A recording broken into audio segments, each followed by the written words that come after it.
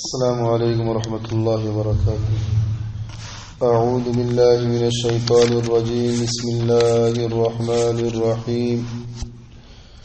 وَإِذَا قِيلَ لَهُمْ آمِنُوا بِمَا أَنزَلَ اللَّهُ قَالُوا نُؤْمِنُ بِمَا أُنزِلَ عَلَيْنَا وَيَكْفُرُونَ بِمَا وَرَاءَهُ وَهُوَ الْحَقُّ مُصَدِّقًا لِمَا مَعَهُمْ قُلْ فَلِمَ تَقْتُلُونَ أَنبِيَاءَ اللَّهِ مِن قَبْلُ ان کنتم مؤمنین. یہ آیت کریمہ سورۃ البقرہ کی آیت ہے، آیت نمبر 90 پر 1.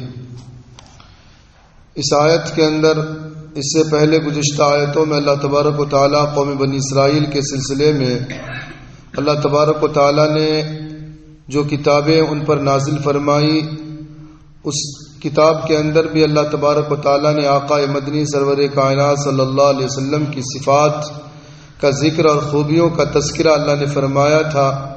اور اللہ تبارک و تعالیٰ نے فرمایا کہ دیکھو جس طرح تمہاری کتابوں کے اندر یہ باتیں تھیں، اللہ کے نبی صلی اللہ علیہ وسلم کی خوبیاں جیسا کہ تم بھی بیان کرتے تھے کفاروں سے، لیکن جب وہ آ گئے تم پہچان بھی لیے، پھر بھی تم اس کا انکار کرنے لگے. اس کا تذکرہ اوپر کی آیتوں کے اندر وہ باتیں گزری. اس آیت کے اندر اللہ کا ارشاد یہ ہے وَإِذَا قِيلَ لَهُمْ آمِنُوا بِمَا أَنزَلَ اللَّهُ، جب ان لوگوں سے کہا جاتا ہے کہ تم ایمان لاؤ ان تمام کتابوں پر جو اللہ تبارک و تعالیٰ نے نازل فرمائی ہیں، قَالُوا نُؤْمِنُ بِمَا أُنزِلَ عَلَيْنَا، تو لوگ کہتے ہیں کہ ہم ایمان لائیں گے اس کتاب پر جو ہم پر نازل کی گئی. وَيَكْفُرُونَ بِمَا وَرَاءَهُ، اور جتنی کتابیں اس کے علاوہ ہیں ان کا وہ لوگ انکار کرتے ہیں. وَهُوَ الْحَقُّ، حالانکہ یہ بھی حق ہے. مُصَدِّقًا لِمَا مَعَهُمْ، جو تصدیق کرنے والی ہے وہ ساری کتابوں اس کتاب کی جو ان کے پاس ہے. اللہ تعالیٰ نے اس آیت کے اندر حضرت موسیٰ علیہ السلام کی جو امت جو یہود تھے، جو اللہ کے نبی صلی اللہ علیہ وسلم کے زمانے میں جو یہود موجود تھے، اللہ تعالیٰ ان کو مخاطب کر کے ان کے آبا و اجداد کے سلسلے میں فرمایا، اور ان یہودیوں سے اللہ تبارک و تعالیٰ نے فرمایا کہ دیکھو جو کتاب یعنی قرآن مجید نازل ہوا ہے، اس قرآن مجید پر ایمان لے آؤ. تو یہود کہا کرتے تھے کہ دیکھو جتنی بھی کتابیں نازل ہوئی ہیں ہم ان پر تو ایمان نہیں لائیں گے، ہاں لیکن جو کتابیں ہم پر نازل ہوئی ہیں یعنی توریت موسیٰ علیہ السلام پر نازل ہوئی ہیں، ہم صرف انہی پر ایمان لائیں گے. اور ساری کتابوں کا وہ لوگ انکار کیا کرتے تھے کہ ساری کتابوں کو نہیں مانتے تھے. حالانکہ اللہ تعالیٰ نے فرمایا کہ دیکھو جو قرآن مجید نازل ہوا ہے یہ بھی برحق کتاب ہے، تصدیق کرنے والی ہے اس کتاب کی جو تمہارے پاس ہے.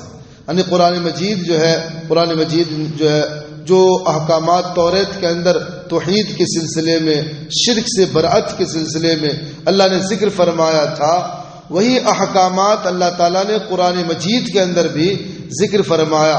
اس اعتبار سے قرآن مجید جو ہے توریت کی تصدیق کرنے والی ہے، تو تم اس کی قرآن مجید کو بھی مانو. لیکن وہ لوگ یہ کہا کرتے تھے کہ ہم تو صرف اللہ کی ایک ہی کتاب کو جانتے ہیں، اسی کتاب کو ہم مانیں گے، اس کتاب کے علاوہ کسی اور کتاب پر ہم ایمان نہیں لائیں گے. تو اللہ تعالیٰ نے اگلی آیت کے اندر فرمایا کہ دیکھو یہ لوگ جو کہتے ہیں کہ ہم توریت پر ایمان لاتے ہیں، توریت کو مانتے ہیں، تو یہ لوگ توریت کو بھی نہیں مانتے. کیوں کہ قل فلم تقتلون انبیاء اللہ من قبل ان کنتم مؤمنین، نبی جی کہہ دیجئے پھر کیوں قتل کرتے تھے اللہ کے پیغمبروں کو اس سے پہلے اگر تم ایماندار تھے. یعنی اللہ تعالیٰ نے فرمایا کہ تمہارے جو آبا و اجداد تھے جنہوں نے تقریباً 300 نبیوں کو، رسولوں کو، پیغمبروں کو انہوں نے اپنے ہاتھوں سے قتل کر دیا، حالانکہ توریت کے اندر تو اس کے بارے میں کوئی باتیں نہیں آئی تھی. حالانکہ توریت بھی موسیٰ علیہ السلام پر جو نازل ہوئی اس کے اندر بھی اللہ تبارک و تعالیٰ نے قتل کو ممنوع قرار دیا تھا. وہ بھی نبیوں کا قتل کرنا یہ تو کفر کی طرف لے جانے والی بات ہے. تو حالانکہ یہ آیت یہود مدینہ کو مخاطب کر کے اللہ فرما رہا ہے، لیکن یہود مدینہ جو تھے وہ تو اپنے آبا و اجداد کی طرفدار تھے، جو ان کے آبا و اجداد گزرے جنہوں نے نبیوں کو قتل کیا، ان کی اتباع پیروی کرنے والے تھے. اس لیے اللہ تعالیٰ نے فرمایا جب تم ان کی پیروی کرنے والے ہو تو انہوں نے تو نبیوں کو قتل کیا تھا، تو اس اعتبار سے تم توریت کو بھی نہیں مانتے، توریت کے بھی انکار کرتے ہو، تو گویا کہ تم تو کافر ہو گئے. قل فلم تقتلون انبیاء اللہ من قبل ان کنتم مؤمنین، نبی جی کہیے پھر تم کیوں قتل کرتے تھے اللہ کے نبیوں کو، پیغمبروں کو، اس سے پہلے اگر تم ایمان رکھتے تھے. وَلَقَدْ جَاءَكُم مُوسَىٰ بِالْبَيِّنَاتِ ثُمَّ اتَّخَذْتُمُ الْعِجْلَ مِن بَعْدِ وَأَنتُمْ ظَالِمُونَ. ان کا جو دعویٰ تھا کہ ہم اللہ کی کتاب کو مانتے ہیں، توریت کو، اللہ تعالیٰ اس کی رد فرما رہا ہے دوسری طریقے سے اس آیت کے اندر کہ موسیٰ علیہ السلام تمہارے پاس واضح دلائل لے کر آئے. ثُمَّ اتَّخَذْتُمُ الْعِجْلَ مِن بَعْدِهِ، پھر بھی تم نے گوسالے کو، گائے کے بچڑے کو جو ہے تجویز کر لیا موسیٰ علیہ السلام کے بعد، حالانکہ تم ستم ڈھا رہے تھے. یعنی اللہ تعالیٰ نے فرمایا کہ جب تم کہتے کہ ہم توریت پر ایمان لاتے ہیں تو موسیٰ علیہ السلام واضح دلائل توریت لے کر آئے تھے، پھر اور اس کے اندر اللہ کے علاوہ کسی اور کے سامنے سر جھکانا جائز نہ تھا، پھر بھی تم نے بچڑے کو معبود بنا لیا تھا. یعنی گائے کے بچڑے کو، جیسے گزشتہ آیتوں کے اندر باتیں گزری قوم بنی اسرائیل، اسی کے بارے میں اللہ فرما رہا اگر تمہارا ایمان توریت پر ہے، موسیٰ علیہ السلام کے دین پر ہے، تو یہ کیسا ہے کہ وہ توریت کے اندر تو شرک کرنے سے منع فرمایا گیا. توریت کے اندر کہا گیا کہ لا تعبدون الا اللہ، کہ اللہ کی پرستش کرنا، اللہ کے علاوہ کسی اور کی پرستش نہ کرنا، پھر بھی تم نے گوسالے کو، گائے کے بچڑے کو معبود بنا لیا تھا. تو اللہ تعالیٰ نے فرمایا کہ اس اعتبار سے تمہارا ایمان ہی نہیں ہے. اگر ایمان ہوتا موسیٰ علیہ السلام پر، توریت پر، تو تم گائے کے بچڑے کو معبود کیوں بناتے. پھر اگلی آیت کے اندر اللہ نے فرمایا وَإِذَا خَذْنَا مِيثَاقَكُمْ وَرَفَعْنَا فَوْقَكُمُ الطُّورَ خُذُوا مَا آتَيْنَاكُمْ بِقُوَّةٍ وَاسْمَعُوا. اس آیت کے اندر بھی اللہ تعالیٰ نے ان کے ایمان کے بارے میں جو کہتے تھے کہ ہم توریت کو مانتے ہیں، اللہ تعالیٰ رد فرما رہا ہے. وَإِذَا خَذْنَا مِيثَاقَكُمْ، جب ہم نے تمہارا قول و قرار لیا، یعنی تم سے وعدہ لیا. وَرَفَعْنَا فَوْقَكُمُ الطُّورَ، اور تو ہم نے تمہارے اوپر طور پہاڑ کو لا کر کھڑا کر دیا.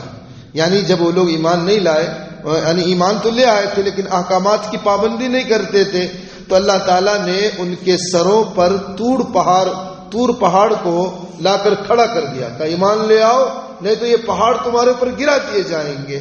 تو اس وقت وہ لوگ دیکھے کہ پہاڑ تو ہمارے اوپر ہے، تو انہوں نے دل سے کیا کہا، زبان سے کیا کہا کہ ہم ایمان لے آئے، لیکن دل سے ایمان پر نہ تھے. اتنی ہر دھڑم اور ضدی قوم تھی.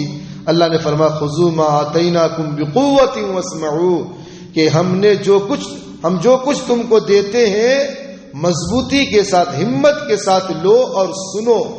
تو ان لوگوں نے جب طور پہاڑ کو دیکھا کہ ہمارے سروں پر ہے تو کہا سمینا، ہم نے سن لیا، وعصینا، اور دل میں یہ بات کہی ہم سے عمل نہ ہوگا. یعنی زبان سے تو کہتے تھے کہ ہم آپ کی اطاعت کرتے، فرما برداری کرتے ہیں، لیکن دل سے کیا کہتے تھے، وعصینا، ہم سے عمل نہ ہوگا ان چیزوں پر. اللہ نے فرمایا وَأُشْرِبُ فِي قُلُوبِهِمُ الْعِجْلَ بِكُفْرِهِمْ، ان کے دلوں میں وہ بچڑے پیوست ہو گئے تھے ان کے کفر کی وجہ سے.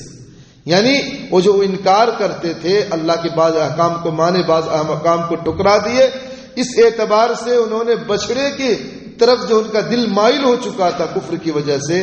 تو اللہ تعالیٰ نے فرمایا قل، نبی جی کہیے، بئس ما یأمرکم بہ ایمانکم، کہ ایک بہت برا افعال ہے یہ جس کی تمہارا ایمان تم کو تعلیم دیتا ہے.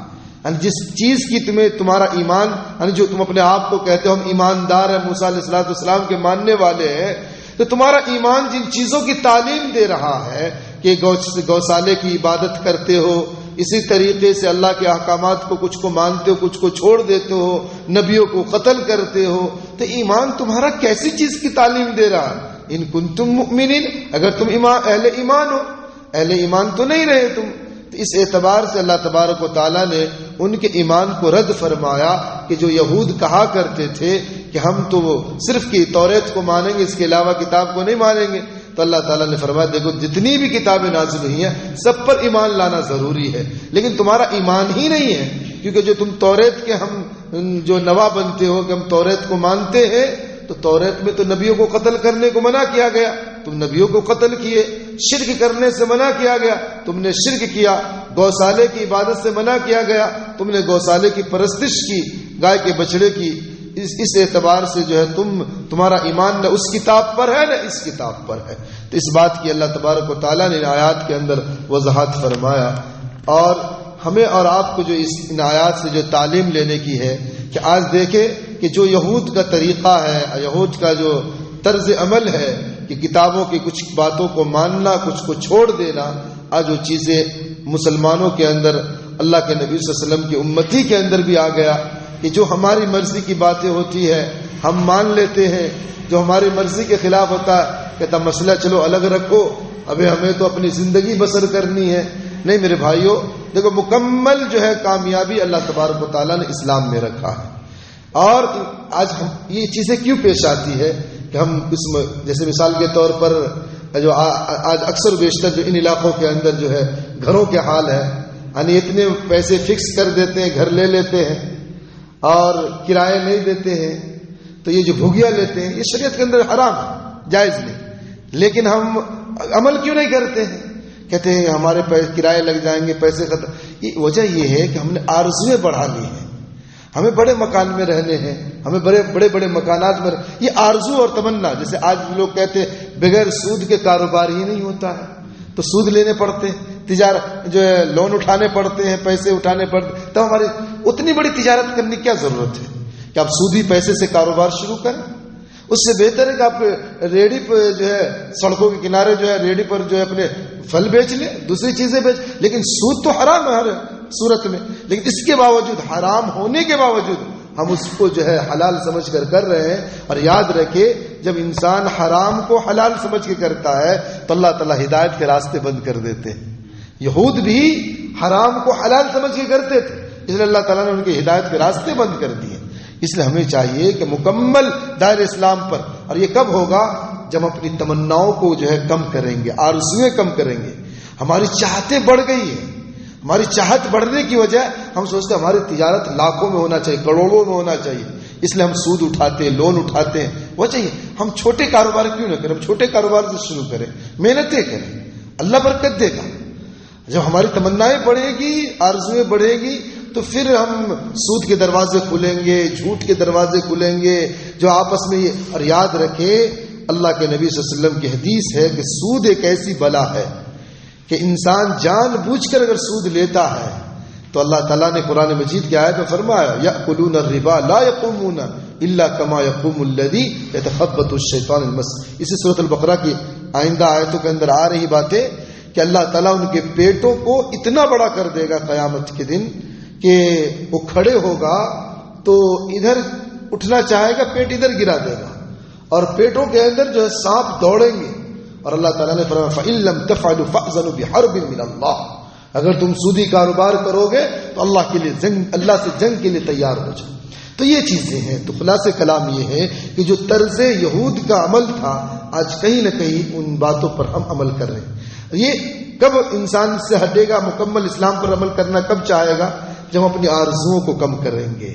ہماری تمنائیں بڑی بڑی بلڈنگوں میں، ہم کیا سوچتے ہیں سودی پیسے اٹھائیں گے، بڑی بلڈنگیں بنا لیں گے، اس میں رہیں گے۔ ہمیں کیا ضرورت ہے؟ مر کر تو ہمیں مٹی میں جانا ہی ہے۔ ہم سود لے کر اپنے اولادوں کے لیے چھوڑ کر جائیں، یہ تو حرام ہے۔ ہم محنتیں کریں، جتنی اللہ دے، جتنی صلاحیت دے اتنی، جتنی ہماری چادریں اتنے پاؤں پھیلائیں، زیادہ پھیلائیں گے تو سود کے دروازے کھلیں گے۔ اس لیے انسانوں کو چاہیے کہ بچے۔